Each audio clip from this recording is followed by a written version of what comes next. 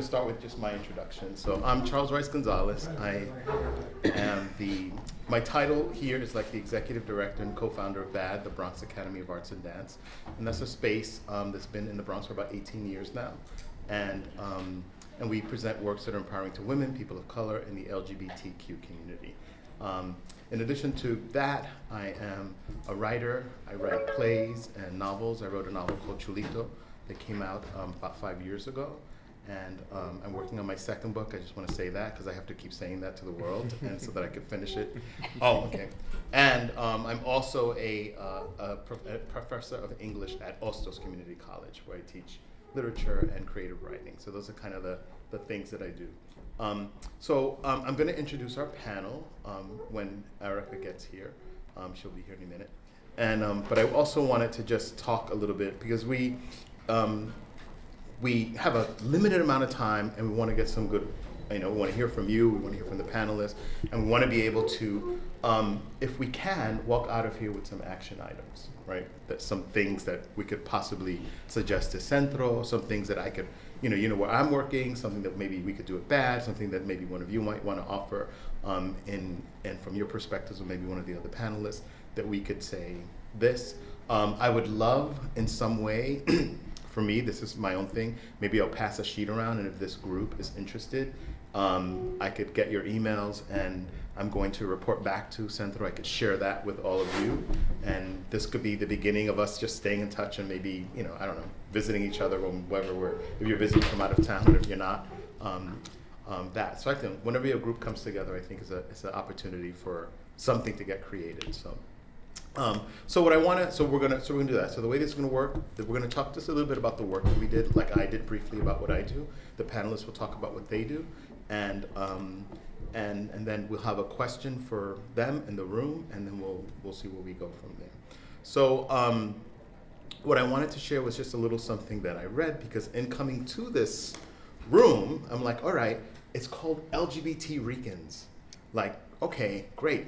Here we are. What do we do as LGBT Ricans? What does that even mean? Because when you speak about issues, they're so vast. So I'm going to read a little bit of something, kind of bring some of that, which I hope to bring some of that into focus. So I'm going to say, having lived in New York City my whole life, I turned into, I've listened to Latino radio stations. And being gay, they made me the butt of many jokes, right? Sometimes to be ridiculed and not taken seriously. The morning after the Puerto Rican pop star Ricky Martin came out, in 2010, the general media reported a collective duh, right? The regular media was like, whatever. But popular Spanish radio stations stopped jokes, even if for one day, right? And talked seriously about homosexuality, with parents calling in to talk about their queer kids. So queer Latinidad was in the spotlight, a moment when the Latino community paused to see its queer people, right? So Ricky Martin made us visible on a national scale. A year before Ricky Martin came out, he made a very impassioned plea for tolerance when a story broke of the brutal murder of Jorge Steven Lopez Mercado, a gay young man who was decapitated, dismembered, and burned in Puerto Rico. The story sparked protests and vigils organized by queer Latinos, but as also a coalition of anti-violence groups in several major cities in the United States and Puerto Rico. Even the mother of Matthew Shepard, the white gay man who was tortured and murdered near Laramie, Wyoming, attended the vigil in New York City. So Jorge Steven's story didn't have the same visibility as Shepard, but it put a queer Latino into mainstream media with stories that were denouncing this vicious crime. So the gay Puerto Rican reporter named Juan Mendez in the early 2000s wrote an editorial in El Diario La Prensa that talked about the irony of how June was the month where both Puerto Rican Day Parade and the Lesbian and Gay Pride Parade occurred. He said that he marched with a Puerto Rican flag in one back pocket and a rainbow flag in the other. Juan Mendez's stories and editorials made our gay Latino identity visible in New York City. He passed in 2006, and I didn't know if he could have imagined that on June 22nd, 2016, the National Puerto Rican Day Parade would honor LGBTQ Puerto Ricans for the first time in its history, although gay groups have been marching officially in the parade since the 1990s. So these are some people who have put Puerto Ricans, I'm gonna say specifically, who have put us into the spotlight, into visibility. There are many others, we know Sylvia Rivera, the great activist and trans activist. We know the Young Lords had a queer platform as well that were part of that involvement and that voice in terms of like queerness and Puerto Ricanness together. We know there are many writers like Manuel Ramos Otero. We know there are many leaders. We claim Antonia Pantoja, who was a lesbian. We know she wasn't out a certain part of her life, but later on, and her partner, Wilhelmina Perry, is still around and active and involved in different things. So, so I wanted to couch this idea of us, just so we're to start thinking of framing about being both Puerto Rican and queer, and how that specific voice may add to the greater dialogue, but also how we also think about ourselves, right? So think about that. Ricky Martin, Juan Mendez, Jorge Lopez, Steven Mercado, and then the other folks I mentioned, Antonia Pantoja, all these other people have been both voices that were Puerto Rican and queer, all right? So we're going to continue. No, it's okay, it's not about you. Come in, have a seat, there's plenty of seats this way. So we're gonna introduce our panel when our panelists, this one gets here. Where is she? Yeah, it's so strange. Like she's here. She's in the building. Show up? There she is. And she's here. No, she's not. That's not her. I'm here. Oh, okay. Right here, come here. Oh, okay. ¿Qué te pasó? Now we I know. found her. Baby troubles. Un aplauso. Yeah. Sorry. So I just was giving framing, right? Okay. A little bit of framing for how we were for us to think about, because I felt it was expansive what we're in this room to just talk about being LGBT and Rican and the different ingredients that are on the panel. And so we wanted to just give a little bit of framing, so that was it. Okay. So I will introduce the folks here briefly. So we decided, I'm not gonna read bios. Okay. Uh-huh. All right, done. Yeah. It's like growing up, my mother loved taking pictures, and so she would drive us crazy. So we should just pose for it and just keep moving. It's easier. So I'm not going to read their bios. I'm going to have them talk about themselves, right? And so, so Erika, Abad. I'm just going to say she's a scholar. Is that okay? That's a good place to start. Okay, good place to start. We were also talking about that beforehand. Like, how do you narrow down like all of your identities and all the things that you do? So Erika Abad is a scholar. Beside her is Nivea Castro, and she is a photographer, she is a writer, and she's also a social justice activist and attorney. And we have, and also next to her, I just kept saying Eliel, we just met, Eliel Cruz, and he wanted to be described as an activist. So I asked them if they can just speak about themselves, their work, why is it urgent to include queerness into the perspective of what they're doing. So I'm gonna have you do that. Okay. Hello. I will be tweeting while I speak. Okay. And not necessarily because I'm not engaging, but more because one of the things I've learned, which is actually how I met Eliel, is that queer Latinos and queer Ricans are very active on that space. So that's why I have my phone out. And I'm being a millennial right now. So I've been teaching at the University of Las Vegas for a year, and I'm introducing myself in that way to articulate a few things. One, I'm a Puerto Rican studies scholar living in Vegas, and you can do with that what you want, because there's a few thousand of us, right, Edie's? And the Southwest. Two, because I'm a Chicago native who was very enmeshed in my community and had to think critically about where I was going to take my PhD. And so, as much as I'm a scholar, I'm also a scholar of practicality, who is interested and invested in questions of where we live and how do we live when we get there. Thirdly, I'm a later blooming queer person, and I position myself as that to specifically articulate we're all young. And one of the things that in my activist work in Portland and Chicago has exposed me to is we're not really talking about people who come out later in life and what it means for them economically, politically, and socially, as well as culturally. And that is a growing interest of mine.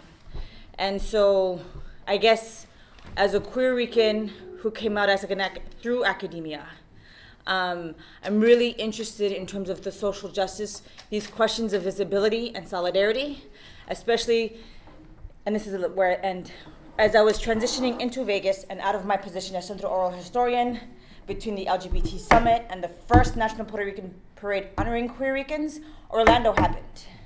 And so my queer activist brain, which was on a high for both reasons, grieved late because I was also in the awe because I was standing next to my elders. So what does that mean almost a year later? And I'm looking forward to that conversation as we progress. Thank you. Mm-hmm. All right, I'm gonna go to Eliel, and then we'll do Nivea. Hi, I'm Yvette Lopez. I've been working in the intersections of faith, sexuality, and gender for the last 5 years, primarily in Christian evangelical spaces, which are incredibly white-dominated. I was born and raised in the Seventh-day Adventist Church, so Christianity is my background. It's all I've known culturally. My advocacy came out of necessity. I've only ever been to private Christian schools my entire life. And it was at a private Christian university, Andrews University, where I found myself in a situation close to intimate partner violence that made me have to speak out for myself and in turn urged me to speak out for others. So I never thought I'd be speaking about sexuality in any capacity, and now that's what I do all the time, because life just kind of takes you there. But I've been doing this work for 5 years now. All last year I was the executive director of an organization called Faith in America, which is an organization that works to end religious-based bigotry. I work primarily in media spaces. So I do a lot of grassroots organizing as well as national organizing around LGBT issues and religious and Christian denominations, organizations, any of the spaces that LGBT people may exist in. I try to make them better, never necessarily the best or affirming, but better so those individuals can face less violence in those spaces as much as they can. Currently, I freelance consult for a lot of LGBT organizations and writing as I'm preparing to get my master's because I'm a young and still. But that's kind of what I do. I do speaking and writing, and advocacy.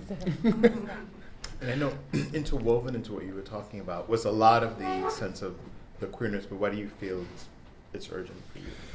Well, it's what you're right. It's what I do in terms of, I don't know, my existence in itself is resistance, and I feel that in both politically and just where we are culturally, faith specifically in the United States and even abroad in what looks like white evangelical colonialism really is at the center, at the root of all of our of all homophobia that I find, legislatively, both culturally. There's a lot of, at least I would consider it bad religious interpretations, but religion is at the point, whether it be Christian, dominant Christian or Islam, is at the root of the majority of violence against LGBT people. So it's important for me as a person of faith and as a person who has grown up in a conservative Christian space to counteract that, both as a pro-faith LGBT voice and as as just someone who wants to make those spaces better and that violence. Thanks.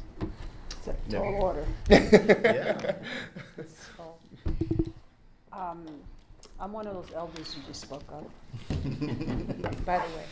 So I want to focus more on historical, my own personal history. I came out soon after Stonewall. I remember Stonewall. I was in high school, and from there, I came out like, I'm lesbian. Hi. And this is where in the early 70s. Daisy was also, so she knows how it was, and talk about being activists. We were fearless, and we had to be. We were basically in those days the vanguard of coming out. I was one of the people who was involved with the LGBT organizing at Queens College, where I went to undergraduate school, the very first group. And we went out, we went to classes, and it was just me. It was me and gay men and trans people in the 70s. And we were out trying to educate people and coming out and so what are you going to do? We're here. With that kind of attitude. Had the situation when you talk about violence. I remember my friend of mine, Jose, young gay man, very with what we say in Spanish, with the feathers, you know, just beautiful actor and everything. And one day he just disappeared. What happened? He was murdered on the street in New York.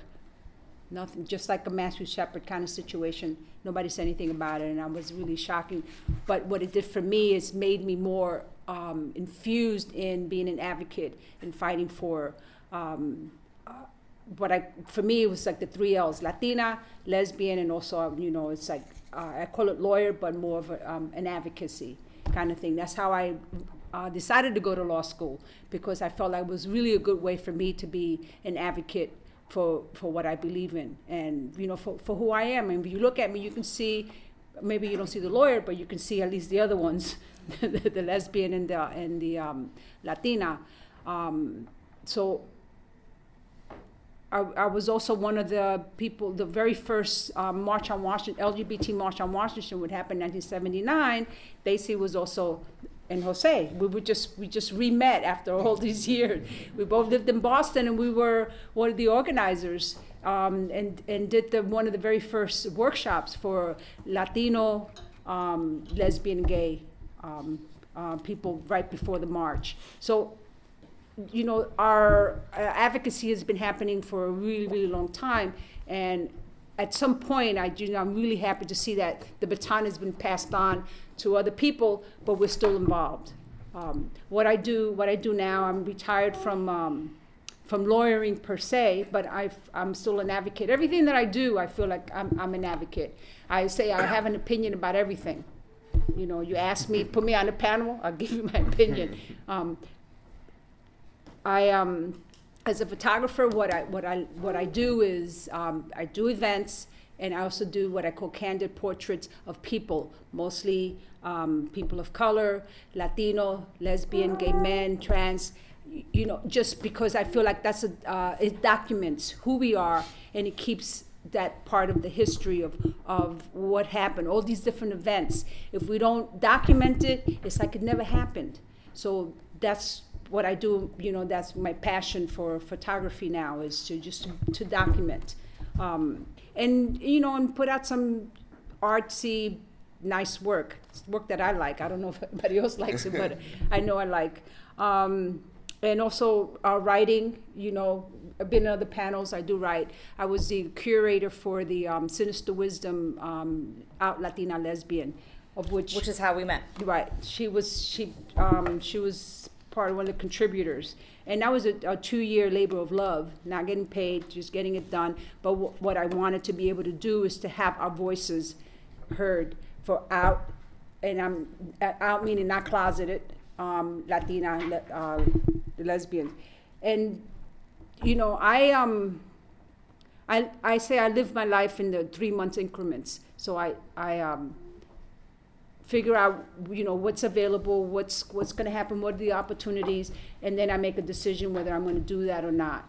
Some of it is fun, but it's always my lens is for not just serious advocacy, but it's also fun advocacy. For example, I just got back from Panama, teaching 600 lesbians to dance salsa. Awesome. I got paid to do it. So, yeah, that's what I have to say right now. Well, just in that little bit of time, they've all said a lot, right? And one of the things that I think after Eliel was speaking, Nivea said tall order, right? And I think that's one of the things that we have to understand, that probably all the things as queer Ricans, there's a tall order, you know, of things that we want to do. So I just want to say a little bit. So in addition to the tall order, hearing Erika talk about, you know, Orlando, so that little bit that I read at the beginning, that little kind of introduction to it, was about that, how Orlando also caused a different kind of visibility, not only for Latinos, but for Puerto Ricans. Yes. So my that little essay that I wrote is like, it's like, for better or worse, what is this visibility? What happens when we come into the spotlight? What happens when the spotlight is taken off of us? What's the work that we're doing? Because I think right now there's 3 thinkers and doers that are sitting to my left, but I think that thinker doing things spans all around the whole table. So we want to be able to bring in your voices into this conversation as well. So I think what I want to give the panel, and then from this point we can really just open it up. Like, what do you think? What do you think moves you right now in terms of in this moment in history, in terms of like what we could be doing as LGBT? What should we be doing, or issues that concern us as specifically LGBT Puerto Ricans? I mean, one word, Trump. I mean, that's big. I mean, what's happening there? No, seriously. What's happening there? I believe, I read a lot of history, and I believe in history, and I am part of history too. But if you look at the 1930s and what was happening in Germany then, and you look at what's happening, they're taking pages out of what's happening in the 1930s. They're systematically doing the same thing that the Nazis did. And you know, Nazi is one of those buzzwords that people got numbed over about. But it's, I mean, se me paran los pelos, because it's serious. That's what they have taken pages. Okay, you discredit the media. Okay, you do, I mean, one after the other. That firing kind of people thing, read history. They did exactly the same thing. They dismantled the government and they made it into what they wanted to make it. People wonder what happened.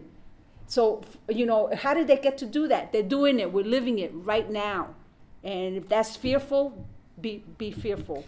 So what I want to say, as we continue to go around, because I want the other panelists, but I want folks to do it, is that kind of think about that, because you're saying, you're talking about history, and I think one of the notes I wrote that Nivea brought into the room was history, and I wrote, like, why is it important, right? What can we do off of history and knowledge, right? Because you're saying that we have the history, maybe, or do we? And we have the knowledge, and it's getting repeated. So you said your first contribution is like, what's the big concern right now for you anyway? The others in it was Trump, right? So let's do that. Yeah. She forgot to mention the religious people, the religious groups. That are involved on both sides. With both sides. Yeah, yeah, definitely. And then there's that connection with Puerto Rico, what was happening right now in Puerto Rico, and you know the bankruptcy, and you know, and just the stripping away of our wealth and our human resources. You know, there was a bunch of us who came to the States, you know, in the 20s and in the 40s and all of that. That's happening now again, you know, but they're going to Orlando. Why is that? Now, as it involves the LGBT group, you know, that's a really good question. I mean, I know a number of people that from Puerto Rico who were struggling there with the LGBT questioning, and they also left. So they're here. Or, you know, we're here, we're queer. Yep. Erika or Eliel? Yeah, I mean, currently, definitely, it's politically. I feel like we've had, as an LGBT community, at least in the States, we've had a huge amount of progress in the last 20 years, an unprecedented amount compared to other social movements, at least legislatively, in terms of winning marriage equality as quickly as we won, and as a lot of wins in the courts still when it comes to adoption, when it comes to conversion therapy. This week we had 2 more states, making it 7 states across the country that has banned conversion therapy against for minors. And right now I feel because of the current political situation, it's less about continuing progress, but more about keeping what we already got, right? We got a lot in the last 20 years, but now we're fighting to just keep the basic minimum. So where the Supreme Court is right now, and our current administration and Senate and House, it's kind of scary that we could lose a lot of the wins that we want. So right now I feel like we're just trying to hold the line. Also recognizing that a lot of that the far right is also pushing more legislation farther, right? So we have a huge amount, dozens and dozens of anti-LGBT religious freedom restoration acts that this week landed in Puerto Rico, right? We had one this week where we had a possibility of legislation that would allow individuals and organizations to discriminate on the basis of their religious freedom against LGBT individuals. And tying that to Puerto Rico's debt, what really concerns me with the current financial status of the island is that it kind of creates a breeding ground for religious groups to go in and really what I really like to call white evangelical colonialism is offering aid in exchange for their belief systems as well as more legislation that could harm the LGBT community. So the current medical situation, the fact that we're closing 184 public schools on the island, the lack of education does not ever help minority groups, the lack of wealth, all of that really creates a breeding ground for individuals from the United States to really create a really hostile, even more hostile environment for LGBT Puerto Ricans on the island. And it makes it also a good example for individuals because we are part of the United States for the state. So it will affect us stateside as well. I mean, all those, and just the violence that we're facing, right? The violence that we're facing for trans women of color, the violence that we're facing, you know, in all the violence that we're facing extends or is worsened at the farther out we are on the margins, right? So the violence that we're facing on the streets, the violence we're facing even politically are always going to affect LGBT, Black and brown people the worst. Yeah, absolutely. And that's just the reality. So let me at Erika and then Daisy, and then if folks raise your hands and I'll, okay. So one of the things I was talking to one of my graduate students was about, because she knows very little, which is why I'm working with her, is that just because you come out at 16 doesn't mean you stay out. And so my concern with this normalization of government, well, religious organizations being able to fund politicians, God save us, and the concern and the Supreme Court case, which has to do about playgrounds, but will take larger precedence of whether or not religious organizations can receive public funds, brings questions for me about what that means for social services and direct services for sexual and gender minorities. Specifically, and so that's one concern. And for me, that also ties to trans visibility and trans as potentially being a pre-existing condition under the healthcare law, and what that means for for gender non-conforming folks, as well as individuals in transition, especially minors who are now in some families being able to gain greater visibility and greater recognition from their families. What does that mean when they become grown and their gender transition is perceived as a pre-existing condition? So yeah, and I think, I mean, I went all over the place with that, but I did. Just ingredients for the conversation. Ingredients for repression and silencing and having folks go back in the closet. And then, I mean, I haven't heard this as much in the Boricua or Latino community, but I wonder what's going to happen with familias and elderly who feel more comfortable coming out now than before, and what that means for family care, and what that means for support. Because I'm from Chicago, and I'm probably going to get an update on this next week when I go back, is trans sex work is still a thing. And it's not, and it may be legal in Vegas, because, you know, it's Vegas. But it's not legal in Chicago. And what does that mean for their healthcare, for their life insurance, and for even greater limiting of their healthcare resources and support? I mean, that's rich, and I made notes, but I want to hear from Daisy and from other folks. And you can either respond to something, add something to the conversation. I do want to respond to certain comments that were made. I think that one of the things that we're noticing in my line of work is that when the Secretary of Education was voted in, and looking at her history as a very wealthy person and her family, tracing her and her family, we've discovered that since 2003, the wealthy white Christian folks have been slowly. Oh, absolutely, since before that. Slowly navigating the political Absolutely. and voting process in their states. This is all in the Northeast, in the Midwest, and maybe in the South. They now have so many people that are elected to local offices or state offices or even congressional offices that are Christian right, wealthy, and they want to change the laws. And if they continue in that process, in another 25 years, you're going to see what we're saying, hey, wait a minute, this looks very much like a Middle Eastern country.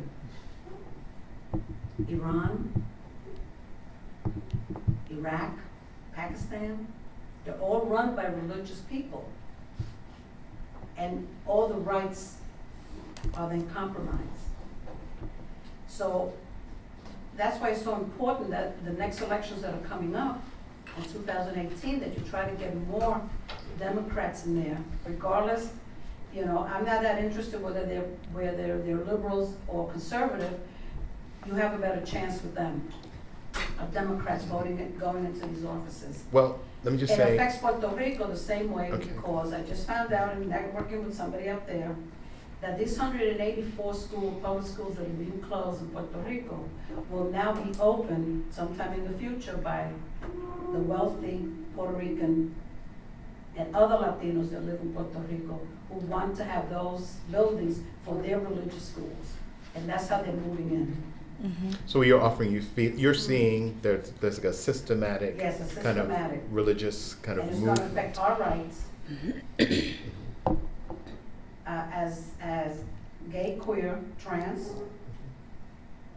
and Puerto Ricans, immigrants, other Latinos, is going to really have an impact on us. I agree with her, but I don't think it's 25 years. I think it's happening right So- now. Well, Now, totally, no, totally. right now, because 25 we years, can't do it in 5 probably years within from now. 25 years, if we stay woke, we might already have that war and maybe gotten on the other side. But I think it's not 25, because this has been happening for many, many, many years. But I agree with you. I mean, Well, 2003 it really started, so, because we've been watching from where I work.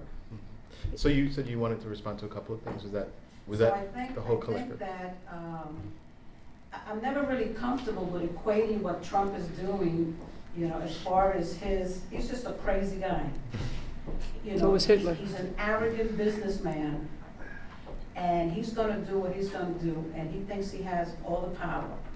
I'm not too sure if I would connect that to the Nazi era in Germany, okay? Because I think that what happens with that is that your average person is gonna panic and freeze and not do anything, which is what happened in this election. I think just looking at him and looking at the system is just enough with what we have now. So, you know, I don't know if he's a cousin, a distant cousin. I know he's Anglo. he's German. Yeah, but he was born He's here, German. from Queens, you know, so, and his family. I just don't feel comfortable with that connection, only because I know how a lot of people think and feel here in the city. Not the political people, but your everyday people. I mean, okay, thank you. Thanks. Anyone else feel like what's urgent for them, what they're concerned with? Going back to you about Trump family being of German origin, they were so embarrassed about people knowing that with the of German origin that they pass themselves as Swiss. Yeah, they So- did that. All right, any other, because I'll just respond. Yes, Richard. Hi, I'm Richard. So actually, I want to say that Daisy, we're saying Daisy, Daisy, Daisy. Just say your name and like who you're, 'cause we shouldn't assume that we all, I don't know a lot of. I'm a retired Puerto Rican lesbian activist. Okay, Yes. thank you. Retired in '97. And 90, oh my goodness, that's when I just got started. I was one of the batons, I caught it. Yeah. Okay. Hello, I'm Richard Morales. I am Public Programs Coordinator at El Museo del Barrio, New Rican born and raised. And Vaya.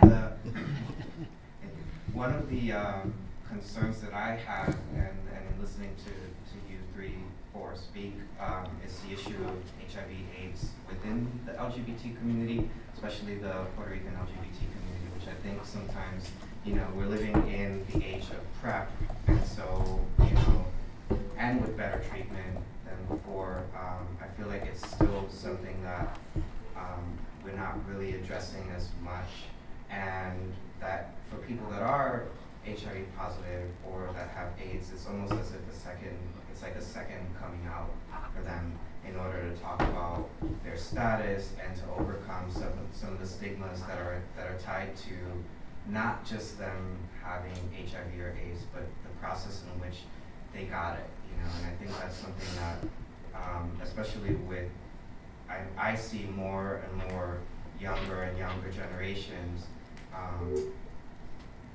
that are HIV positive, and you know that's something that I feel like we're not talking about as much, and that it ties into my concerns with what's going on currently with access to healthcare. And so that's one of the concerns that I have with how people are going to be receiving treatment, especially when more and more people, younger generations, are getting infected with HIV/AIDS. It is a really big issue. My brother lives with AIDS for about almost 30 years now, and I guess he was one of the lucky ones, but he lost 2 partners to AIDS, and in the 80s when the epidemic started hitting, and as an attorney, what I would have a couple, 2 men couple come in and to do their wills, do whatever we can to protect them. The wills, the living wills, and their durable power of attorney. And within 2 years, one would pass away. So we had to do the estate work and do that kind of fighting. And I don't see that happening as much. The health situation for AIDS, from what I can see, has improved in some ways. But you're right. I mean, it's like we don't hear about it that much anymore. At least I don't. From the 80s, and so. With what's happening with the healthcare situation, the Affordable Care Act, and what's happening with not hearing about it that much anymore, we can just think, there's no more AIDS. And like you said, it's not true. More and more people are getting it. Well, what I'm hearing with your concern was specifically in terms of in terms of healthcare, right? That was like a big concern. That in terms of not the narrative, I think there is. I mean, in how you couched everything, we heard about that. But again, I think it connects. It's a weird connection. I don't want to make this all about the president, but I mean there is that connection. I think there are lots of questions right now because I think there was great advancement, we're saying, in the last 20 years, particularly around HIV and AIDS, right? Where I think, particularly in New York City, we think of New York City, what's available, which is very different than what's available around the country. But how does this affect us? And then again, how does this affect, our community in terms of specifically Puerto Ricans with our economic situation, even here in the city again? Yeah, and I know that there are systems in place. We have data that provides financial support and support for people that are HIV positive and need access to medication and healthcare and labs and et cetera. My concern is when these programs exist and then they kind of exist to keep you within that same bracket. So, for instance, if you make a certain amount of money, then you're not able to get this treatment that's necessary in order for you to continue living. So I'm curious as to what are ways in which we can get off the hamster wheel and be able to live basically like anybody else has the right to live. And so that's one of the things that I see is that you have these systems that are available to support people that are HIV positive and have AIDS, but then and are low income, you're saying. That are low income, and it kind of keeps them within that bracket because they're afraid that if they start making more money or they actually progress forward, that they're going to lose access to some of these programs that are supporting them. So I'm one of the things in the work that I do is try to figure out ways in which to answer these kinds of questions and concerns about how do we get off that hamster wheel and move forward without losing anything. That's a good Does question. someone else want to Commission comment? on AIDS is a group that you should be in contact with. I'm in contact with Guillermo Chapon. Okay, but they're really good. We've done a lot of fundraising. I was their chair for a very long time, and we did a lot of fundraising. We had these big events, and it's still done, but not at the same level like we used to do before. And I think that their area pushes the envelope with the CDC.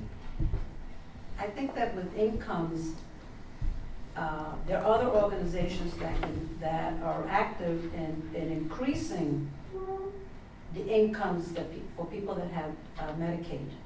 It used to be that you could only have $2,500 of savings here in New York. Now it went up to $15,000. It doesn't affect your Medicaid. Well, I don't want to get too much into the details yeah. of it, but I think the bigger picture is that I saw Erika's hand, a hand here and a hand here. So I don't have an answer in terms of, so it's like Daisy said, looking at who's doing the work, also thinking critically about a lot of this work is done by federally funded or locally funded grants that may or may not exist anymore. And so one of the things, like the LGBT Center in Southern Nevada had to close on the weekends. And I'm thinking, oh God, it's a struggle to get students to class during the week. And you're closing the center that offers free testing on the weekend? But it's a funding question. And so I'm going to be cheesy, call your congressman, write them, harass them. Because it's a matter of making those interventions, because 2018 is coming around and it's making sure to hold them accountable.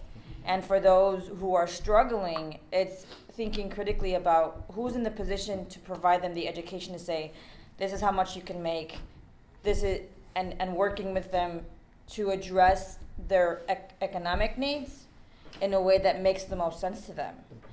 I think would be my 2 cents on the matter, because it is a big,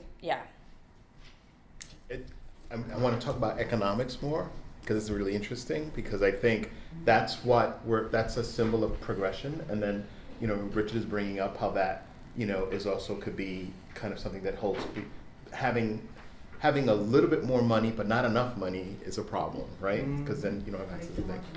Right. What's your name? Just say your name and share what you want to share. Johnny, my name is Johnny. I think that people are just distracted from the realities of what's going on. Can you speak up just a little bit? I think that people are distracted from what's going on in their daily life, and they don't get to see what we have, this idea of what America is, and this great nation of wealth, but there are people that see that, people are dying every day, or people are being born with a disease, or people are being incarcerated. America is not so great, but we're being sold the story of what America is.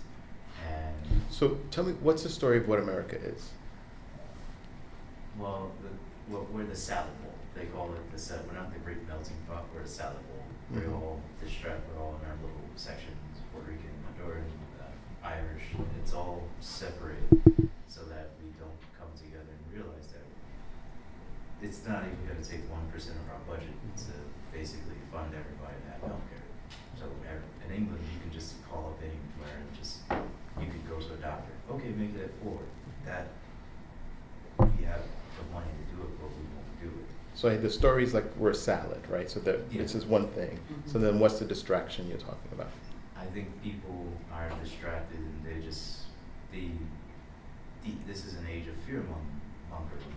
People are basically just saying to themselves, people are worried about money and paying for healthcare and going to school and all these things, and their daily lives are really hard. It's really hard in America for most people. So they want a quick fix, but it's never a quick fix. It's something that will take time and something you have to fight for. But Puerto Rico is like the testing ground for what America uses Puerto Rico as the testing ground for a lot of things, whether it be healthcare or economics. And when I see what's happening in Puerto Rico, I truly believe will happen here. All of the resources are being depleted. People are being pushed out of the city and being pushed out where what can you do here? You're not progressing. And but you could. There are solutions, but are people willing to fight for those solutions? And really, like with HIV and AIDS, I don't see why there is not a cure with all the money that's being poured in, or all the money that could be poured in. And it just really bothers me that it seems like the quick fixes are working enough where the hegemony has gotten us to say, well, this is okay, this is fine for now, instead of fighting for more or fighting for what's fair. It's not right that people are dying because they can't feed themselves. Thank you. Okay. Hi, Curator Velo. An architect here in the city. I was born here, but I was raised over there, so I feel like I have a foot in both places, like kind of we all do, right? We're always all back and forth.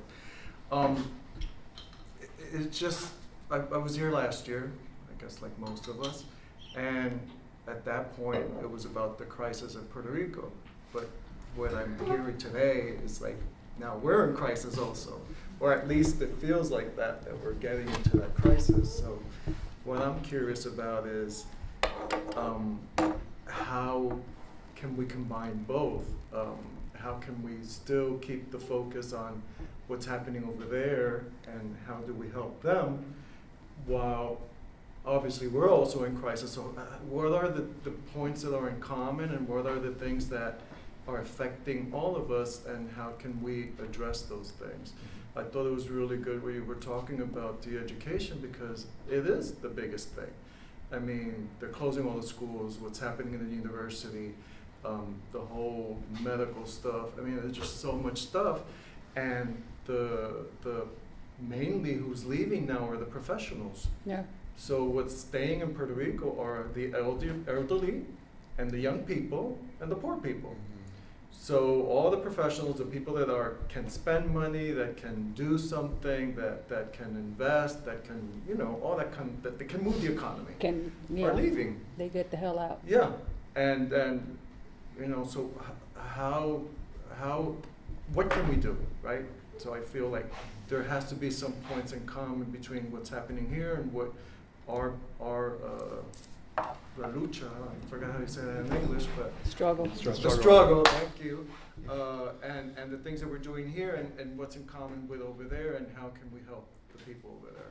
I mean, I'm even thinking of moving back. Like, I feel like it's so important that we can talk, and I've been talking, but what am I really gonna do? What would you do when you move back? Do my profession over there. I'm an architect. I've been thinking nowadays you can do anything anywhere. So I could do my work over there, hire some people over there, and in that little way help, in the little bit I can, help the economy over there. Well, okay. No, the last thing I was gonna say that also that education part, I feel like I grew up over there as a young man. I went to college there, and I felt, as a gay man, I felt more comfortable 25 years ago than what I would feel now there. Why is that? Why would you? I don't For you, know. what would be the difference? I think there's a lot. I feel like people are more invisible. They want to blend in. I don't know if that's part of just our society in general. I mean, it happens a little bit here. People move to the suburbs. They want to get married, have kids, and they just want to blend in. Right. Which, I mean, it's okay. I don't go with a label on my head saying I'm gay, but I still want to be recognized as a gay person. I still want to be respected as a gay person. I still want to live as a gay person. You know, I don't need that label, but I want to be able to live freely. And when I hear you say live, I hear you say express it, right? So it's an expression, right? Yeah. However we do it. Comfortably, you know. And I know that's part of it also now. People feel more comfortable going to straight bars and straight clubs and hold hands and blah, blah, blah in here in New York, but it doesn't happen so much in other places, you know, right. in other states, you know, in the big city. But even here, we still have attacks, we still have killings, we still have, you know, all this crazy stuff happening. So it still affects us. But, you know, how can we do it here and also with them in mind, and how can we combine it all together? Well, interesting, the last two speakers, right? Talking about points of contact between what are the commonalities, and you used the word testing ground, but you were saying what's happening there could happen here, you know, in terms of like that economic like compression and the impact that has in society. And then I want to just say two things that if there's more hands pop up, great. Two things off of what's going to the hand. Okay, two things it is that, you know, there is that. One thing that we know is that things have changed, right? We're saying we don't want to make this all about things have changed, right? That whole era that we just went through, that's over, that's happened, we did that, and things have changed, right? And so one of the natural human responses to things is to not want that, to think like everything will be okay. This is a moment in time. That's what we say to ourselves, the stories that we tell ourselves about what is happening, right? So that we need to, part of it, you said stay woke, right? That idea of staying woke, but like really what you're saying is like a shift has happened, Erika, right? Something has changed, right? And we know what has changed. And everything from what Daisy was talking about to that systematic, what is he? He says white colonial, I love what he said, evangelical colonialism, all of those things, right? There's been a shift, right? And so I think from that shift, what's the low-hanging fruit? And I always felt like the minute that election happened, I was like, oh, my life just got harder. Yeah. Because the low-hanging fruit are queer people, right? Because even though we've made all these advances, there's still a lot of uncertainty. Then we talked about the whole trans movement that we've been talking as well, that is now just starting to gain visibility, right? Not that Sylvia Rivera wasn't back there doing her thing, right, and holding up the torch, her and Marsha, but all this is happening right now. So I think of us, the low-hanging fruit, queer people and also women, right? Because women historically in this country, right, and we saw that. So and both those things affect who we are as queer people, but also as Puerto Ricans, because when we start mixing who we are in terms of Puerto Ricans, then that also kind of, the priority keeps going lower in terms of who we are, in terms of the big scheme. So just keep that in mind. We are the low-hanging fruit, absolutely. Right. There's no question about it. We're the first ones to, be kicked to the curb. Mm-hmm. As a lesbian, as a woman, as a person of color. Right. Because I'm Latina, I'm Puerto Rican, but I'm a person of color. I'm not a white Puerto Rican. I am a Puerto Rican of color. And so we're much more visible, much more identifiable, much more, here's the target, And yeah, we have to realize that's what we are. We're the low-hanging fruit. Right. There's going to be in the chair. We could that as a challenge. There are challenges going to be sitting in that chair in a minute. Go ahead. I'm just listening to everyone. Sorry, my name is Orlando. I'm a student. I just actually moved back to New York. I actually drove across the country after Trump was elected. I went from Arizona over here, went through every single state you think of, Texas, Indiana. And it's just, I hear about everybody waiting for 2018. But I'm like, everybody was waiting for the presidential election. Everybody was waiting for, the governors. And it's like, this election was very important because it went to every level. Republicans are in full control. And this, in Puerto Rico, it's happening fast because it's 3 million. Here, it's been happening for over 10 years, and people aren't noticing because it's a slower process for us. The last census, they changed all the counties, all the districts into major Republican districts, even though they could have easily changed it so that it's more equal.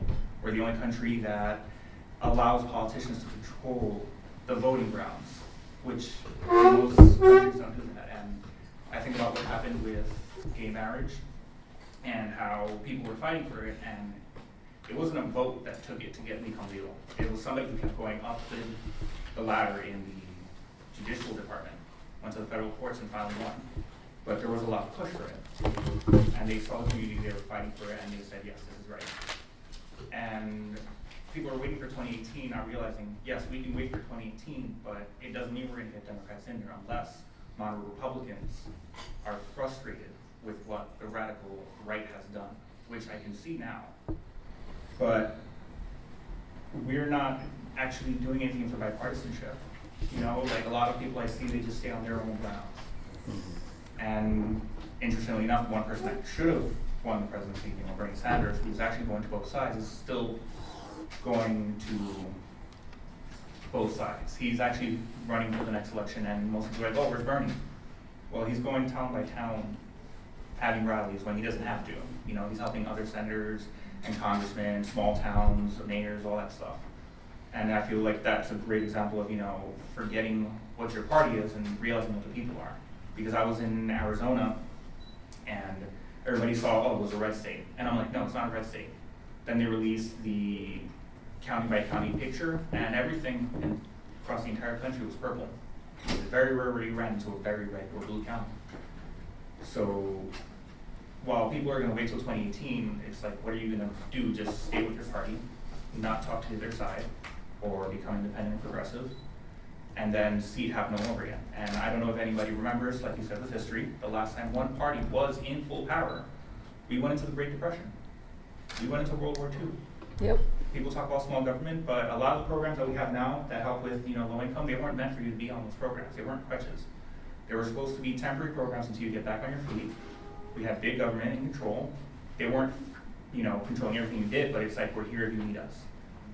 And sadly, I feel him being in office is basically a rude awakening of what happens when people don't actually sit down and talk with each other, regardless of what party they are, what race they are, and especially what religion they're in. But speaking to your point, when I was reading, so I read all of the reasons why Trump won. I mean, I'm not going to make this about 45, but that's where I start.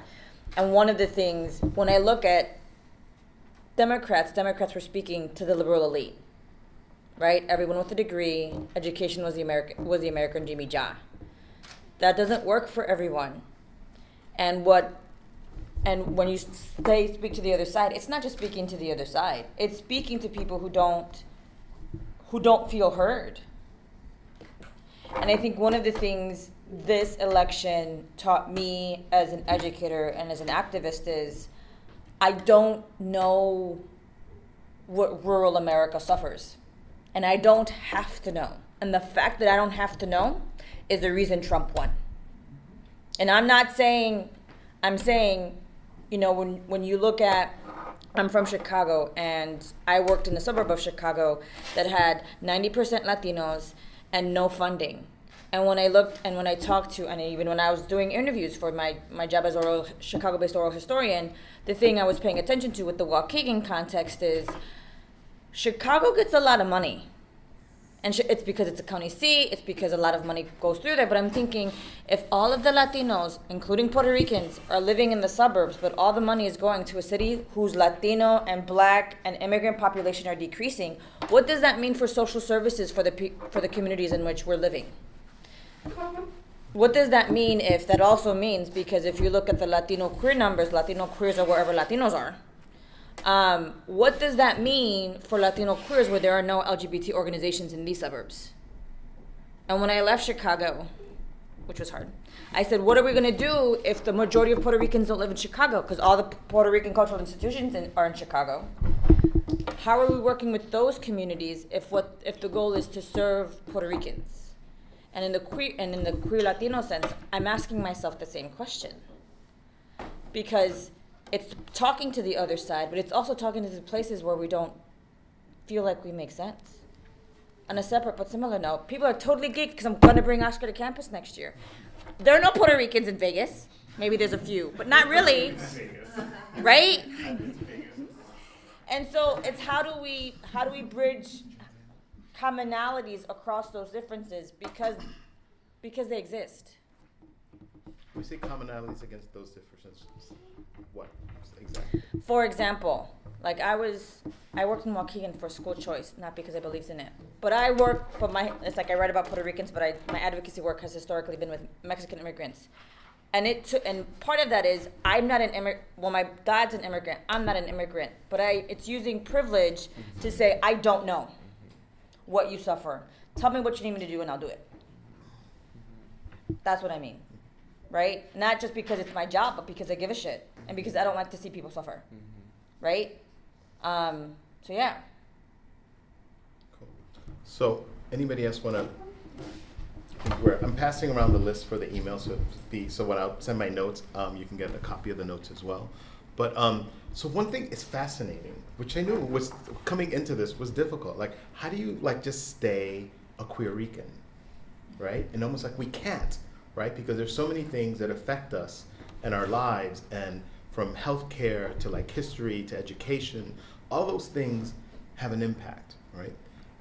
So if we were going to, and the other things that were said, a couple of things. One is that I think there isn't a quick fix, right? But there are probably things that we need to do now.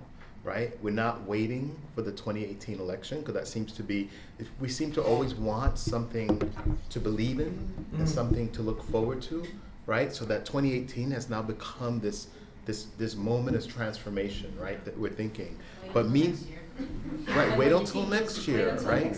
Wait until next year, which is I'm gonna say this, all right, I'm just gonna, my grandmother would say that, vamos a esperar. Si Dios quiera, right? That term, right? That was something I grew up with, right? That's not about action, right? That's about waiting. That's about hoping. And that's very Puerto Rican. Exactly. That's my point. Bendito. That's my point, right? Because we're here, in a room, supposedly of us being Puerto Ricans at a conference, is talking about Puerto Ricans and our culture and our history and our queerness in this context. And you know, I think the first thing that came out of Nivea's mouth was Trump, but I think that was what needed to be said, because I think we're seeing the ripple effect, right? The impact, Absolutely. right? What Eliel said about like the 20 years of progression, you know, that now, and you know what I was saying, that things have changed, right? That there is a shift and a change, and I think we're in this moment where the question is, how's that change gonna impact us, right? This has happened, let's say, so the Affordable Care Act has been replaced and repealed and replaced. What has it been Not replaced yet. with, and how is that gonna It hasn't affect yet. us? It Well, you hasn't know, but I yet. mean, Right, it will, right, that's right. the path, Would- right? right. But if it does, what's the preparation were we doing off of that, right? Right. What are we doing now? How is it gonna impact those communities as migration from, you know, because of economic compression or pushing out has an impact on us? Many of us come from, you know, I mean, I'll just own myself. I come from I grew up in the projects in Soundview. I don't live in the projects in Soundview anymore, but you know, I've maybe moved to that place of where Richard was speaking about, of having more money than I used to have, but not enough money to feel any kind of relief, you know, being kind of in this in-between place. And I think one of the things that we said in this room is like one of the things is really how much that economic impacts our lives. You know what I mean? And we don't like to talk about money. That's like not, we're not supposed to talk about Definitely. that, right? But we have to, right? We have to talk about all of that. So I want to say two things, right? Because one of the things that I'm hearing, because I want to also say, because we have it, right? Even like in this room, we have history, right? We have knowledge, right? We know what happened, right? We know, like, and we have smart people, we have planners, we have thinkers, right? All this kind of stuff. But there is still this moment of like, what do we do, right? What's the first thing? And I think sometimes, for me, I could say personally, when I face it as a tall order, that's what paralyzes me, Yeah. Daisy. Not like the Nazi thing scares me, but I think the Nazi thing scares me, but I think I could deal with that fear, because I think I'd rather see that, right, than say, oh, maybe not, you know. But what paralyzes me sometimes is that tall order. Yeah. So sometimes I need a Overwhelming. task. I said, what's one thing I could do? What's one thing we could do that could at least have some kind of impact? So I want to put that into the room. I think one thing that we can do is, like I said before, stay woke. Just stay woke. What would And be that would activities to be stay woke? be aware. I mean, workshop like this, it's really important. Just be aware. I don't want to put it in the don't thing, but one of the things not to do is to go around and hide. But we're pretty much all activists in our lives, either if it's for ourselves or people we love or just in general. But, you know, be selfish. And what I mean is, you look at yourself. Like I said, I look at me, soy Latina, lesbian, you know, and all these other things. And how do I like, not just protect it, but also see how that comes out to the community. Where are the other Latinos? Where are the other gay people? All of that, or the other Puerto Ricans or Latino in general, you know, and how we can together reach out to each other and do things together. Because, you know, we can do our one thing alone, and that is, to me, is just stay woke. Just do what it is you're doing. Just keep doing what we're doing. Do not, you know, there's a saying, feel the fear and do it anyway. Yeah. I bring up the nasty thing because for me it's terrifying. It is. But feel the fear and you do it anyway. What is it that you were doing before? Keep doing that. Educate yourself. That's, to me, is like taking action. Don't just stay paralyzed. If you feel yourself paralyzed, go to somebody else and we talk to each other. And you support each other and just keep at it. You know, I'm 65. I've been doing it for however. But I also have fun in the way. I also remember, you know, to have really good time and love each other.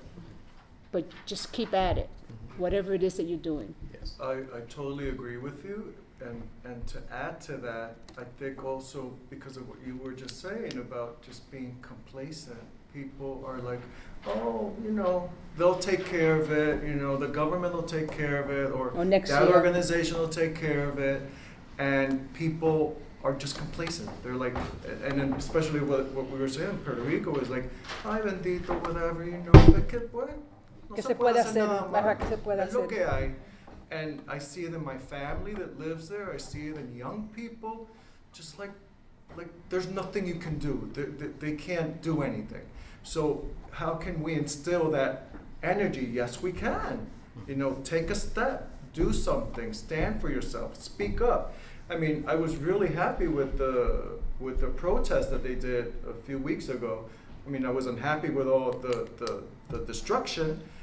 That's just, you know, that they don't know how to channel it, but I guess it's part of us to help and assist and say, yeah, speak up. People need to speak up. People need to say enough, you know, and take control and not wait for the government or United States. It's like, oh yeah, lo cupone, or, you know, whatever, or this. No, stand up and do something, you know, say something and participate.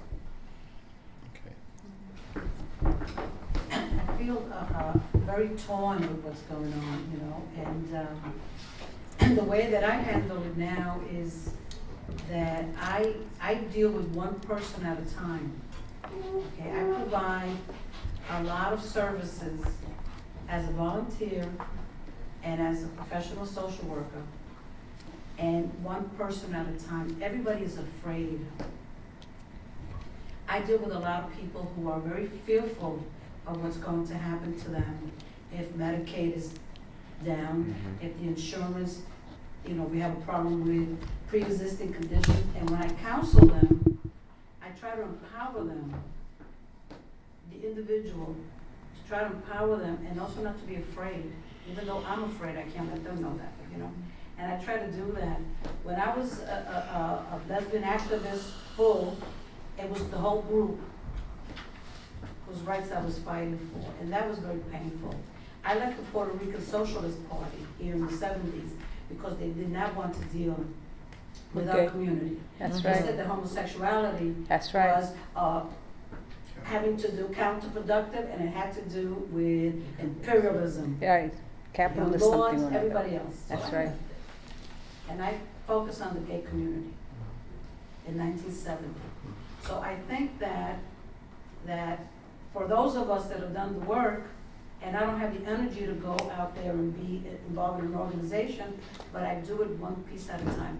I also happen to work for a very political organization, and ties with City Hall, Albany, you name it. But I talk to the gay caucuses. In fact, I'm going on June 13th to the gay caucus at City Hall. I think that for each of us that has a talent, that has a way of helping or staying involved, then you gotta do what you gotta do.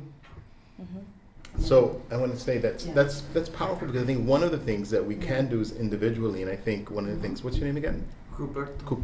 Roberto? Ruperto. Ruperto. So one of the things Ruperto was talking about, like stand up, because we hear that. Yeah. But sometimes when you hear stand up, some people may not be able to stand up, some Right, people right, can't right. do that. And what would he mean to stand up? And there's moments when people who do stand up, you know, don't always stand up because for whatever reason. But I think, so one tactic is that. I'm wondering, is there anything that people are doing in the room that they feel like maybe, I'm just saying because we're here, because Centro, the Centro might be able to help support, or anything that maybe, you know, folks here might be able to help support? Is there something that people are doing in their lives that they may need some support or help, or? Nothing. What kind of support are you talking That's what I'm saying, about? anything. I'm just saying, like, it could be whatever, you know.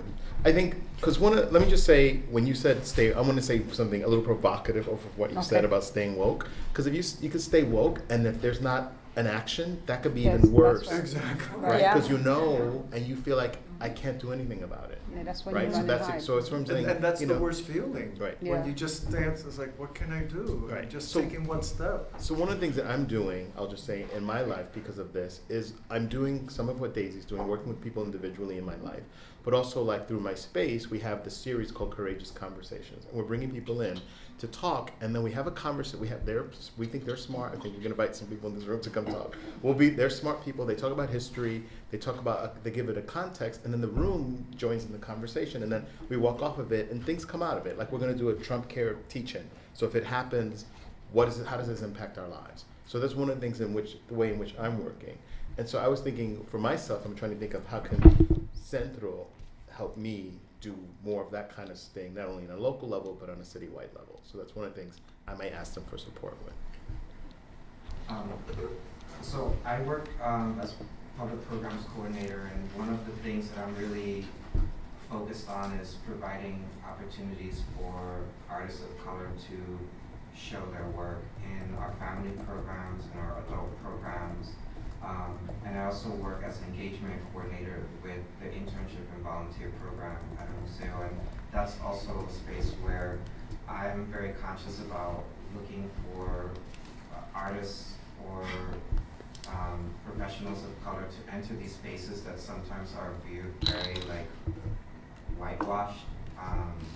And in terms of my experience in working in the arts, I feel like there's a big issue of representation that we're facing in the arts community in terms of, you know, being in spaces that only talk about experiences through this kind of like idealized tourist version of what it is to be from whatever country you're coming from. You know, we're not just palm trees, we're not just beaches yes. and coconuts or, you know, Day of the Dead or whatever. You know, we are living, especially when we're talking about Puerto Rico, we're living in like post-military landscapes that aren't talked about, that are, you know, one of the artists that we're working with right now, based on Munoz, she's focusing on these post-colonial, post-military landscapes that not many people associate with Puerto Rico when we're talking about it. We talk about Vieques as bombing sites, but that's pretty much all people want to talk about or know about.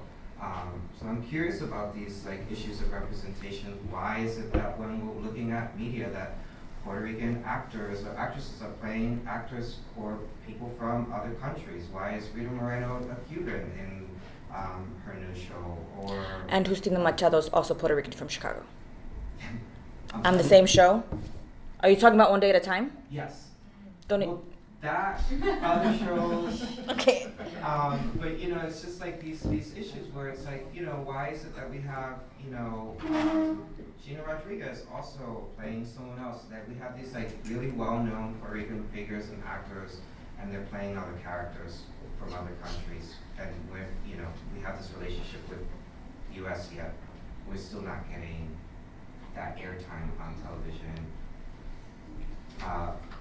Nominations in foreign film categories, et cetera, et cetera. So I think one of the things in terms of what I do with that is just like really try to highlight or work with artists that are from the community and that work with promoting or like advocating for some of these issues that are affecting the community.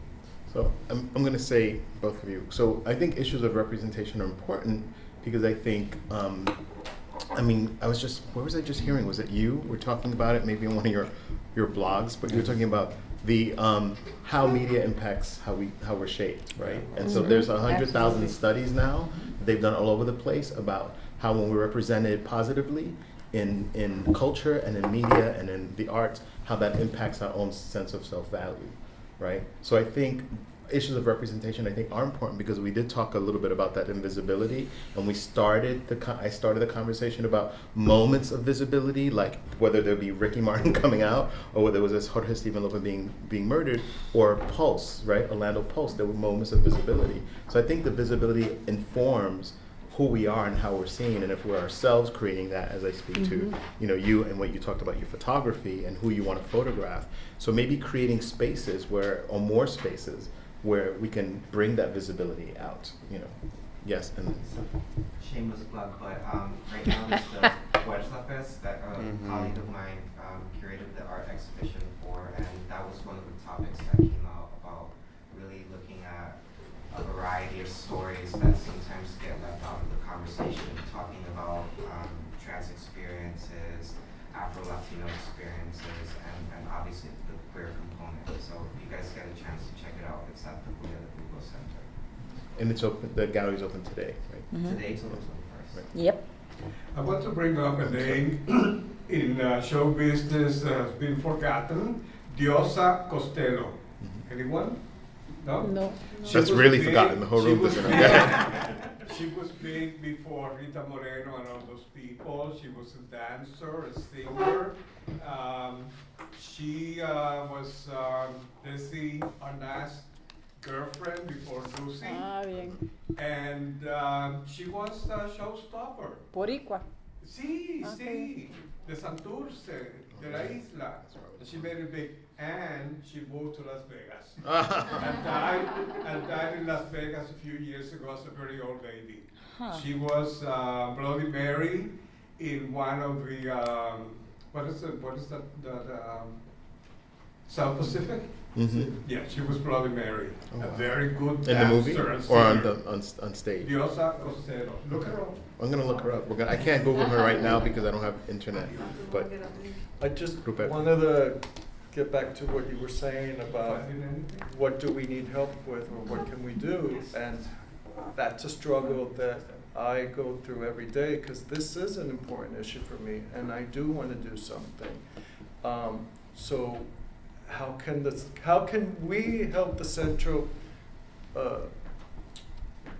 voice this out? And I was thinking, I can do simple things, Facebook, right? Everybody's on Facebook. So announce this so that we help people be more conscious of what's going on and know that this is happening and be aware that you can do something, that you don't have to sit and say, oh, this is happening, I can't do anything.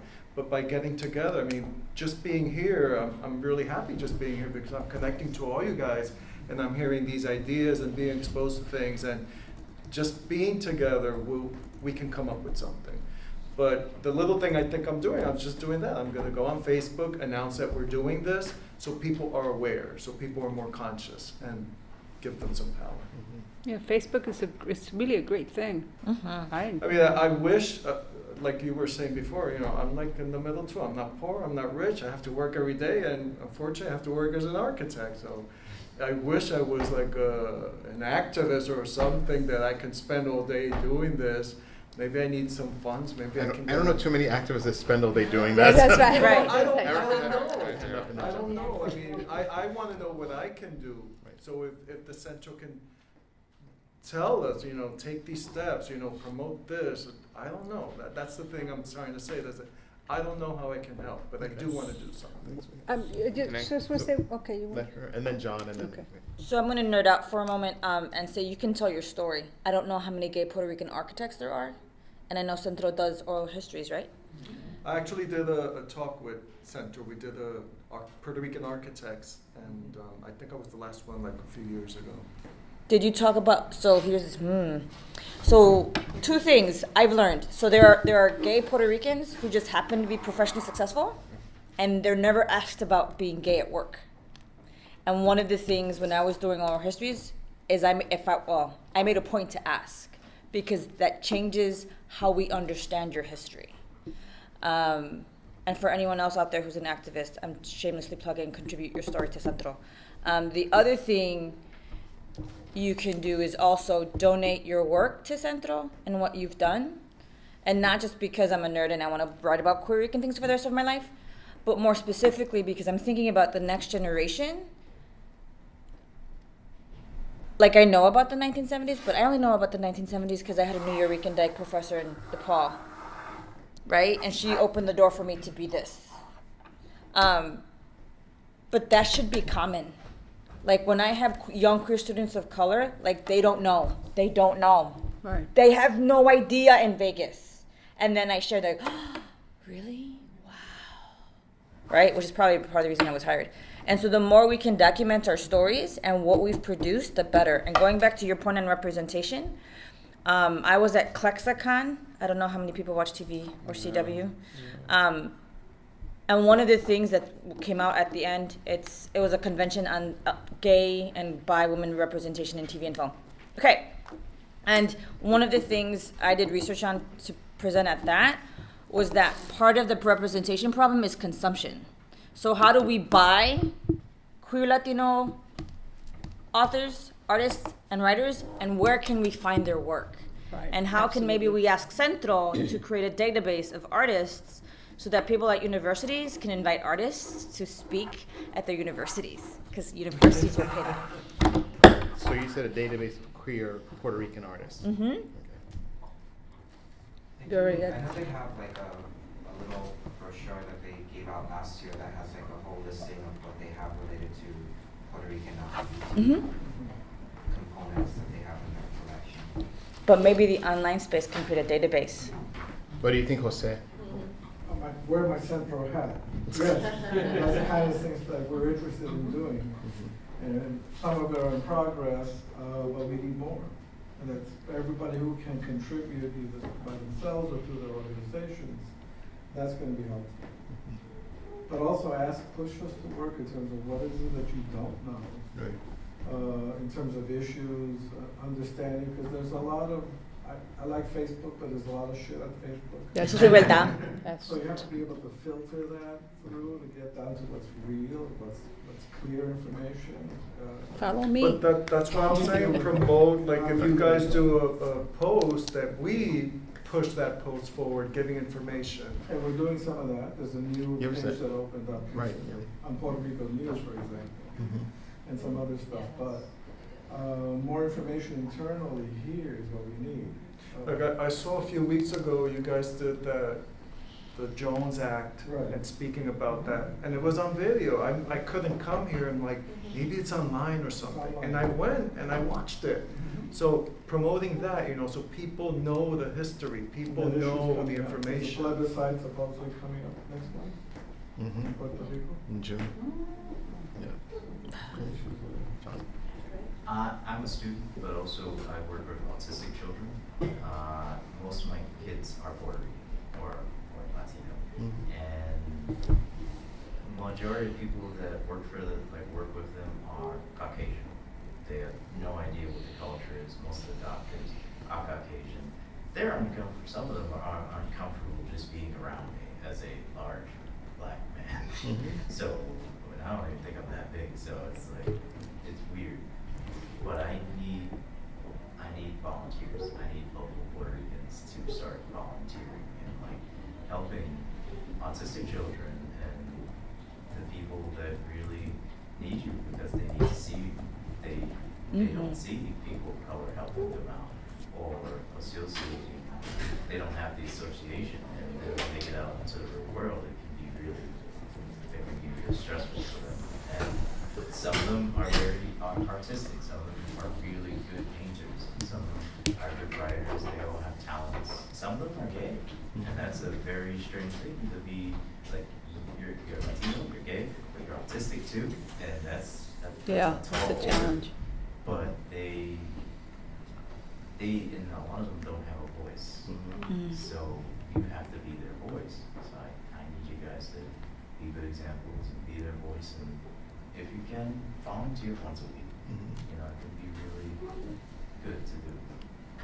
Do you know the organization that has a table downstairs that deals with children with disabilities in our communities? I didn't know that. Yeah, they're sing something or another. I have one of the posters, but that might be a really good connection for you.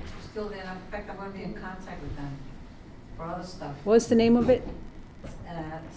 Senderi. Algo así, Senderi. Sanderia or something like that. Yeah. They're a social service organization. Right. Big one. It's been here, it's been in New York for over 30 years.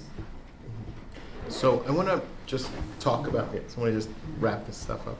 So because we went over time. I went to check with her, and she's like, "Well, people are still talking. I think there's lunch somewhere, right? Right." So you can. So I think. So one of the things that a lot bubbled up in this conversation, but I think when you bring people together, that's what happens. And I use the term ingredients. So these are all ingredients for us to kind of create something with. But one of the things that we talked about that just off of what Nivea was saying, that she was like, for us to stay woke, and what I want to say, what is for us to figure out like what that means for each one of us. And I think one of the things is like, where do we get our information? What channels are we plugged into, right? And for us to, as we know, question all the information that's coming through to us. I think the other thing we talked about was about convening and reaching out. I think that one thing that Erika, but I think that was a general thing. Like, how do we convene? How do we reach out? How do we bring people together? I want to add to that. Then what do we do with them once they're in the room? I think that's important. That connects to stay woke, but stay woke and then have something you can do off of the awareness that you have or the knowledge that you have. I think one of the suggestions one of the things that also came up was for us to think about like the issues of representation and how we're portrayed in the world and what opportunities we have to inform that representation of who we are. And it could be from exhibitions, right, et cetera, from art, but it could also, I mean, we have Facebook, you said has a lot of shit on it, right?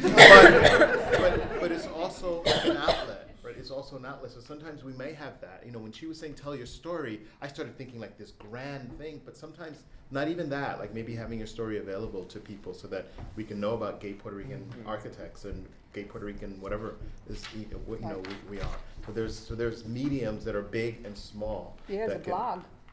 Oh, I write for like, blog, yeah. no, I mean, I don't really blog. I write for like NBC, Washington Post, Rolling Stone, like a bunch of different publications. But yeah. There you go. And so I think, and the other thing that came out from us was being visible as who we are, you know, as queer, particularly Puerto Ricans, like being visible. And because we'll attend meetings, right? We'll go to health things, we'll go to children, we'll do that. But being there as a queer Puerto Rican is important, so they know who is standing in that room, that I'm not just, you know, a black Rican from the Bronx, that, you know, that's all of that's with me when I step into the room. And then we're going to ask Centro to consider a database of queer Latino artists that could be specifically opportunities for, you know, colleges to go to find out if they want to bring speakers and find out the information that's there. And I just wrote something about community-based volunteer opportunities that maybe we could make some kind of suggestion. I mean, I'm gonna type these notes up. I'm sure, I don't know what she's doing over there, but she's gonna probably have some notes. If they're shareable, we'll share them with the room. But there's also an opportunity for us to kind of just stay in contact off of this convening, off of that. We all showed up, right? This is put out there. Yeah. We showed up. We're here in the room. So let's see if there's something we can build with one another. I just want to say one thing is like, I think for me, we always talk about what it is that we need, and that's really important. I think even more important is what can we contribute to each other. We have time, energy, we have ourselves, money. I'm a definite believer in contributing my time and energy and money. I usually do 10%, but that's me. Other people can do more, other people can do less. But you know, it's like I'm also really careful as to where I put my time, put my effort, put the money. And once I give the money and I give the time, it's out there. And I'm hoping that if I give it to you, you'll do something really good with it. You pass it forward. So contribute. Great. I just was going to say in your notes that how does this all tie in to Puerto Rico, to the island? Yeah, I put that in there. So that what points of commonality. Exactly. That's cool. So I want to just leave us maybe with the image that one of the images I began at the beginning of the journalist and my good friend Juan Mendez when he wrote that editorial in El Diario about the idea of how that June specifically was a month where Puerto Rican and gay pride, and that he felt like he was having these two celebrations, but he said essentially he lived his life with the Puerto Rican flag in one pocket and the rainbow flag in the other pocket. So as we go into our work, and that we carry both these flags proudly with us. Yeah. So thank you all. Thank you.